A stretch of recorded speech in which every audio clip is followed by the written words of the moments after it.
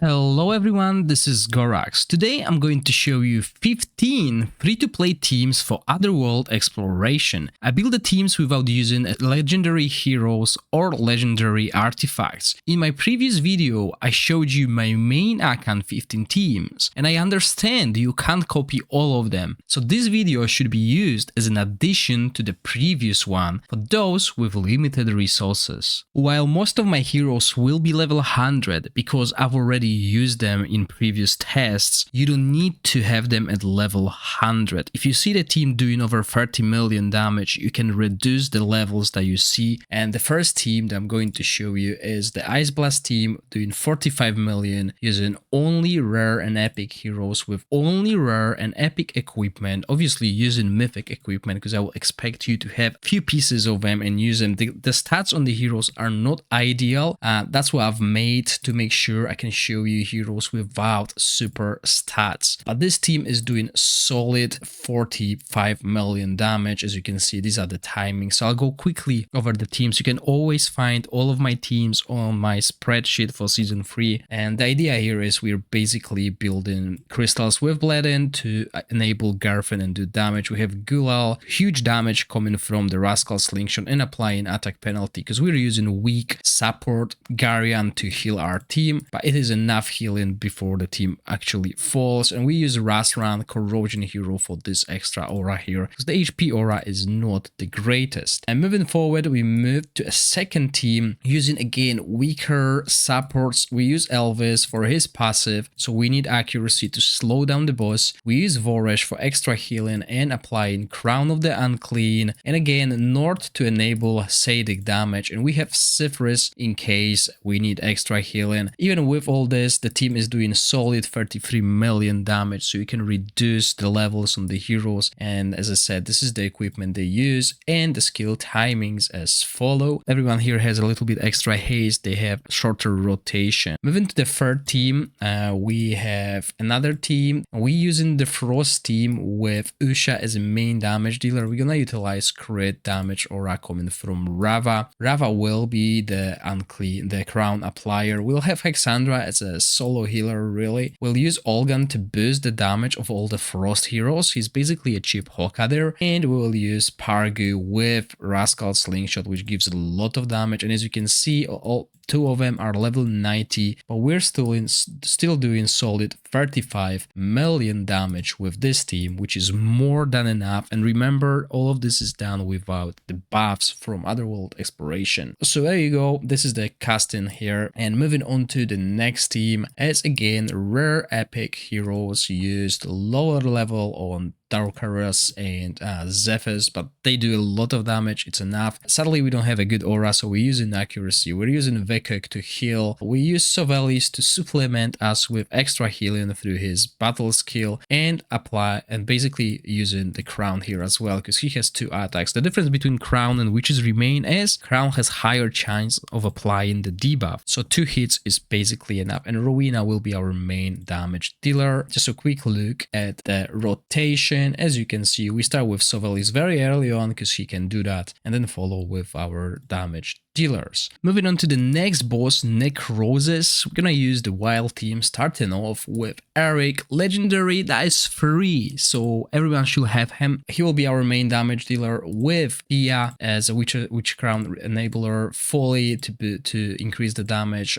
Adolphus to keep our team alive, and Farah to use buff prohibition and make sure we do enough damage before the team actually and eventually falls. We're doing 24 million damage with this team, and these are the skill timings. Moving on to the next team, we're still using the wild team as they are the easiest one to deal damage. We use defensive aura with Isolt and shields plus attack penalty. We use Liko for buff prohibition as well, and dispel plus extra healing to keep our heroes alive. Tonalnen, main damage dealer, followed by Alfie and Bronwyn. I wanted to use someone else as I usually use Neda here, but Bronwyn did the job. And yeah, this is the skill timings. As you can see, we use damage dealers on auto because so we use them on auto because Liko is the one that basically puts crown, so we can't really time it. We'll lose too much damage, and it still works. 38 million, which is way more than we needed. The last team on this boss will be the cheap burn team, and we used Quarion here as a healer to keep ourselves alive for as long as possible, and the team is doing solid. 27 million with Beaks, Enabler, Araki's bursting all the burn that we apply, with Percival doing damage, and Dane to dispel and provide us with attack penalty as well. Solid damage. When it comes to the rotation, it's very simple, similar to everything else we've been doing. We're switching to the ice boss, where we'll use the shadow heroes to deal damage, and we're gonna start with Kurza as a tank and crown enabler, and we're gonna follow with 2 shadow damage dealers, Tatov and Taldi. We're going to use Adri to mitigate the ultimate, followed by Zarlov to provide us with extra healing, and the equipment is working really well. If you need to keep your tank alive, make sure you use Wolfspine gloves here to boost the healing. And the cooldowns are as follows. There's no cooldowns because we are using the shadow team and they just do damage whenever they want. We're using attack aura from Zarlov, and the team is doing solid 22 million damage, which is enough. Then we move on to the next team, where we will use Questa as a tank with the new Isutarian, who's doing amazing damage, and I believe the best combo is pairing him with Joyce. This team is doing a lot of damage, and we use new Estella as well to make sure Questa stays alive, and we supplement the team with Balvernal as Crown of the Unclean enabler, and obviously providing a little bit of extra healing if needed. If Questa can't survive, you can use Wolfspine gloves, and this is what I've been using to make sure the team survives. And the team is doing 38 million damage, which is way more than enough, and these are the timings on this team. We move on to the last team for this boss, and it's quite cheap. Old Salmon team using Edgar, who's an amazing single target tank with huge shields. He can survive the whole fight easily. We use Megan just to help a little bit and increase the cooldowns as well. Zadok as a main damage dealer, Aluya, because why not? We want the summons to die to boost Zadok's ultimate and passive. And then we have Devrick, who will be the unclean enabler. We use attack speed aura because this is the only one that is offensive. So this is the overview of the equipment, and we move to the timings, and yes, you guessed it right, it's default because we have Zadok, who will be casting his ultimate constantly. We have Aluya buff the hero summon, so we want that all the time. And this is the last team for this boss. Let's move on to the next one, the lightning boss, which I believe is one of the easiest one as well. We can build multiple teams, especially if you have access to legendary heroes, but this is what I've done. I've put Shelter with Nimbus and level 70 Hog Iola as the highest attack hero, with Nathaniel supporting to ensure she stays alive. We can use the offensive aura here and the equipment plan. As you can see, I'm using Eyeball of the Giant on Shelter because the results of the whole team are better than the ink, and these are the castings which you saw in my previous videos as well. And the second team that we can use here is basically following the same strategy. We use one melee Shagrel, he will be the unclean applier. We use Yagnats and Vani as the main damage dealers, and we use Shuk level 95 with the highest attack, and Ihikatl to make sure he survived. The team can't really survive the whole fight, but it's doing a lot of damage, 34 million. What I also forgot to mention is Wolfspine gloves on both Iola and Shuk will work well, and this is the skill timing for this team. Now we move on to the harder boss, which will be the lightning one, and we're going to use this team here, Rally team with Ardref. But worry not, if you don't have Ardref, there's another setup that works. Basically replacing Ardref with Quarion and using Dueling here to provide us with extra survivability and 3 Rally damage dealers. But if you have Ardref, you build her with attack speed and Puppeteer set because that's the best set. We have Welby here as a main damage dealer, Alvis to boost everyone else in the team, and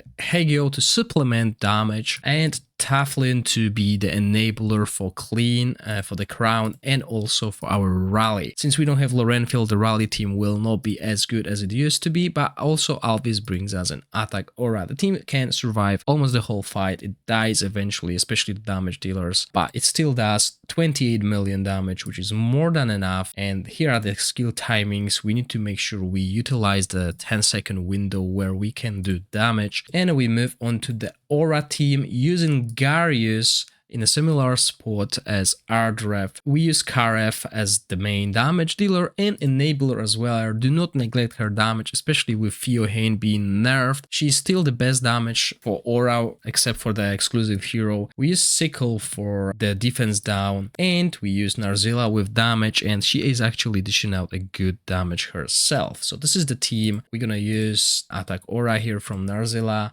This is the setup when it comes to equipment and the skill time. Again, hitting that 10-second damage window. And we move into the last boss, and it's not going to be the fire boss. Instead, we're gonna use our corrosion team again against Radiance boss, because the fire boss is just too hard for corrosion team. So this is the team. I'm using a Furbuff. I haven't used Furbuff previously, but that's why we have him here, because he can alone kill up everyone in the against this boss, and the team can survive. We're gonna use Gegnu as the crown unclean, enabler, DragonHeir as a damage dealer, Dargo as a damage dealer, and Sabrina as a damage dealer. Despite having no aura or no bonus at all when it comes to extra damage on this boss, we're doing 24 million damage. So this is more than enough, and this is again shows you how easy the Radiance boss is, and these are the skill timings as well for this team. So yeah, these are the 15 free-to-play friendly teams. No legendary heroes, no legendary artifacts. I didn't include kind of easy to get legendary artifacts, especially in season 2 from Faye, and even season 3 Faye and Pillars as well. I wanted to make sure I don't use anything like that. Obviously, I used the 3 heroes that are easy to obtain, like Eric. Everyone who finished season 1 story should have Eric, and you should have Ardref yourself, but if not, there's a way around it, as you could see in this video as well. I hope you enjoyed the video. If you do, please click the like button and consider subscribing to my channel. As always, thank you for watching, stay safe, bye!